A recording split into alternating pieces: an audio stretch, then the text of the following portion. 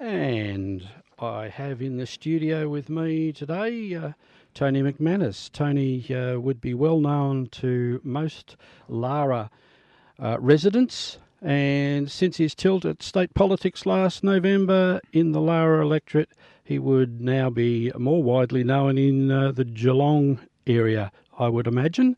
Tony has a consultancy service which includes mental health consultancy, and he is involved in a number of mental health groups and organisations. So welcome to Northern Exposure, Tony. G'day, Dennis. Nice to catch up. Yes, it is indeed. And it's been a few... I've seen you around town quite a few times, and Generally at a coffee shop. we've said hello with over a coffee or something, or getting a coffee. So it's good to actually have the opportunity to have you in here and talk about this very important subject. So welcome. Appreciate that. Just a few questions. I've known you for many years, as I've already said. Ever since we bought a house in Lara, our first house in Lara, That from would be your Sheeran real Crescent. estate. It was Sheeran Crescent, and Yeah. you were just down the road a little That's bit, right. actually.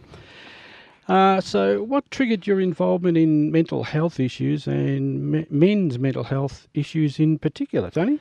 Yeah, well, as you mentioned, I was in real estate, and back in 2005, I had a younger brother, Mick, who'd been working with me in real estate, but unfortunately, due to his own mental health issues, he took his life.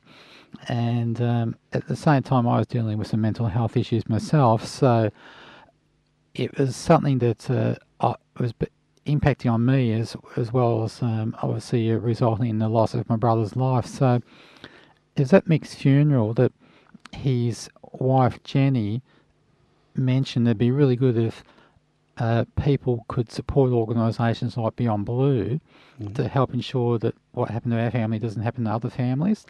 And whilst I was going through all the emotions of the loss of Mick and not feeling all that well myself, it was like a light bulb moment for me. It gave me an incredibly positive point of focus to tackle and get my teeth into, to kind of channel all that negative emotion and energy. Very traumatic time. Yeah, into something positive. So I did a bit of research on Beyond Blue and identified pretty quickly that they're all about increasing awareness and reducing the stigma associated with mental health issues. So I got a bit excited about what I could potentially do, and being a Geelong Footy Club fan, I won't hold that against you, Yeah. being a Bomber fan. Oh, yeah, I won't go there.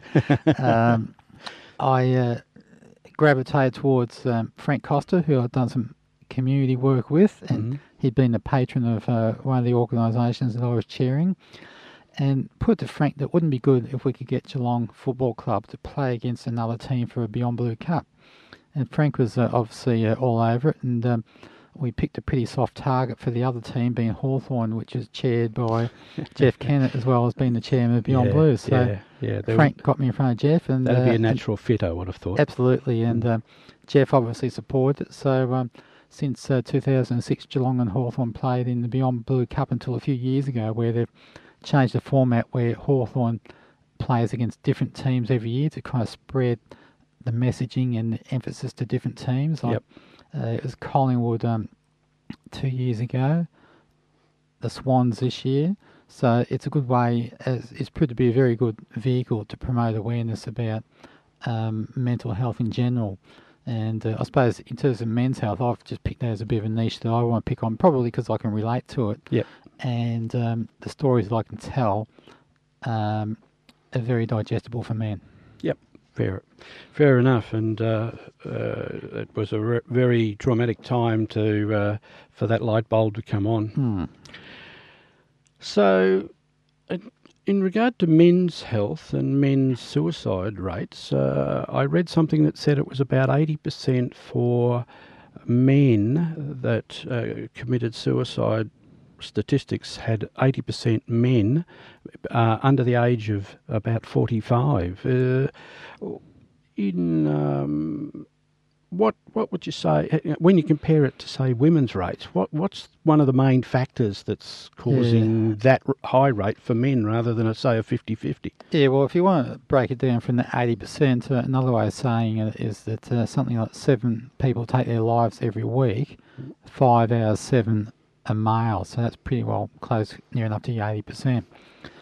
The fundamental difference between blokes and women is that men are traditionally conditioned to take a teeny spoon of cement and harden up. Don't kind of put your emotions out there, and or go out and put your family first, your work first, and over a period of time, that generally leads to blokes neglecting themselves and their own needs. Yep. And it's a lot worse in rural or country areas where the suicide rates are 30% higher, which you can attribute the difference being a lack of resources and the isolation of being in the rural areas. So 30% higher in the country than it is in the metro area. Yeah. And is that for blokes? Blokes, yeah. Or across the board, yeah, but predominantly blokes. Yeah, that's significantly higher, isn't it? So there's some issues out in the rural areas that I assume things like some of the triggers would be for unemployment. Yep. And the equivalent of that for a farmer, for instance, is the farm is not producing anything, we're in drought, we can't survive. But to a degree, it's the same issues, country or rural, but the support services are less accessible and available in the rural areas, and the isolation's greater. One of the solutions to mental health issues is social connection, and by definition, what you're describing, a farmer on the tractor is generally pretty isolated. Yeah. Doesn't have that social connection. Correct. That perhaps people in towns and cities would have. Yep. So things like unemployment, drugs, family separations, drought, as in the case of the farmers, with mental health. How does Geelong look and Geelong area look compared to the rest of the nation's figures? It pretty well mirrors the nation, but it's also got a very positive growing reputation about the increasing awareness and reduced stigma locally.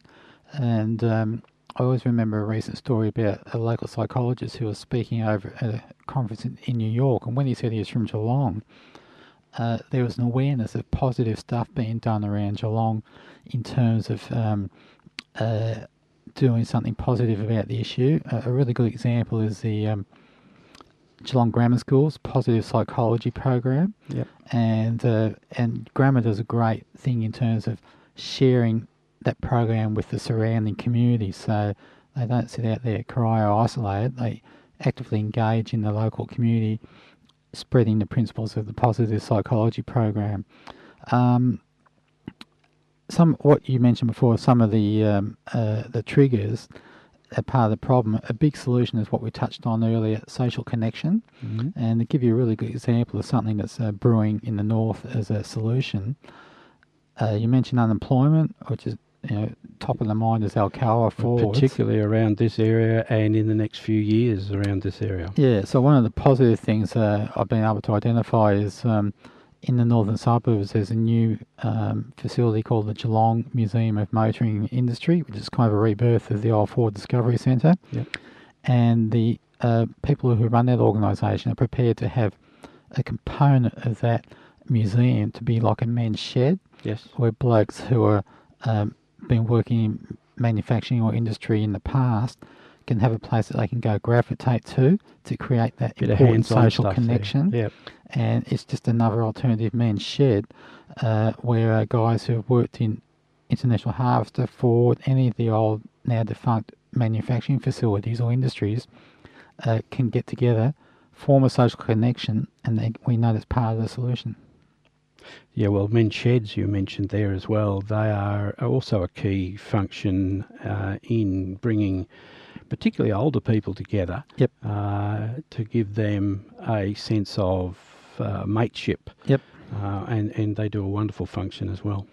Yeah, it's a really good model, and although it can be a bit stereotyped, people associate men's sheds with old blokes and woodworking equipment.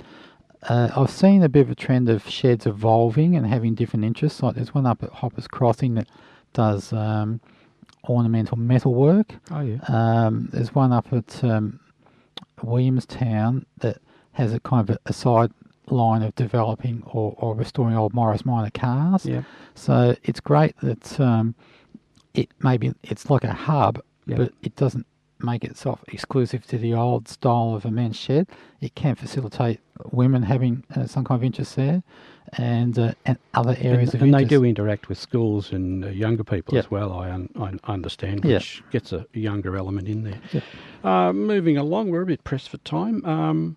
You have a number of organisations and groups that you have in your role as a mental health advocate. Can you explain a little bit more about that? Yeah, the two main areas that I focus on are Beyond Blue. I'm one of their national ambassadors, so I do a lot of public speaking pretty well anywhere across the southeast part of the country, with a bit of a focus on the rural and the isolated areas where I see greater need for help. And the other thing I'm quite passionate about is supporting Headspace, which is a national health initiative for youth from the age of 12 to 25. And I love the idea of working with Headspace because it helps nip problems in the bud in that 12 to 25-year-old bracket. Yep. And I chair a local foundation that raises funds to support the work of Headspace. Very good. What would be your advice to individuals out there that might be finding themselves with being anxious and uptight about some of the issues they're experiencing? What sort of things would you advise them to be doing as a first step if they think they're starting to get into trouble mentally? Yeah, it's a really basic question, and a lot of people don't know the answer, so I'm glad you raised it. The best advice is don't try and sort it out by yourself. It's pretty hard to, one, identify you have an issue. Two, a lot of people can be actually in denial that they've got a problem. So it's probably important that if people are not feeling right in any way, shape or form, they just share that with somebody close to them, whether it's a friend, relative or a workmate. And I think there's everyone knows about the Are You OK Day, which is kind of tries to teach people to look for signs of people not being well. Keep an eye out, yes. And so if you For keep an eye others out as well. for changes in behaviour or changes in appearance, they can be indications that someone's changing in the wrong way. Yeah. And just start a conversation. The net result of a conversation can't get any simpler than having an objective of referring the person to a GP. Yep. And GPs nowadays are very well trained to help people resolve mental health issues. That might be a bit of ongoing chats with the GP. It could be medication. Could be a referral to an allied health person like a psychiatrist or a counsellor. Yep. But at the end of the day, once you've been to the quack, the person like a psychologist, it'll get back to your own lifestyle. And that's probably where I have my niche about talking about lifestyle issues and what you can do and can't do to get through it. Yep. One of the key things that I did see on your website, which was a link to a site, Soften the F Up, and there was that hit home with me in terms of the key issue, I think, is that males in particular just need to be prepared to talk to someone about their issues rather than bottle them up. Yeah, look, it's a really good clip. It's only about a minute 34 seconds, but it gets some very good messaging out about blokes. It was. Yeah. And I'd advise anyone to go and have a look at that. I just search for Soften the F Up, and you will find that site. Yeah, you can search that. And you can come Google through. or You can YouTube. go through your site, which is, if you want to give that out, how can people get in touch with you, organisations and individuals and businesses for that matter, if they want to explore these things some further? Yeah, apart from the traditional phone number 0417 733 4434 or email Tony at mcmcs.com.au, or Dr. Google helps. So if you Google my name depression, there's a lot of resources there that will pop up on Google with links to YouTube for me doing some public speaking, and you'll pick up that soften the F up. Yep. Clip. And Beyond Blue and all the other links as well are in there as well under your McManus Consulting Services. Yep. Yes. So if they Google that as well, they'll get those links as well. Tony, as a guest of the show, you get to select a piece of music for the listeners. So what have you selected today for the listeners to hear? It was a bit of a dilemma because whether I show my true interest in the old 80s songs, and then I thought I might go something a bit more uplifting, a bit more current. I picked on Viva La Vida by Coldplay. I quite enjoy that one.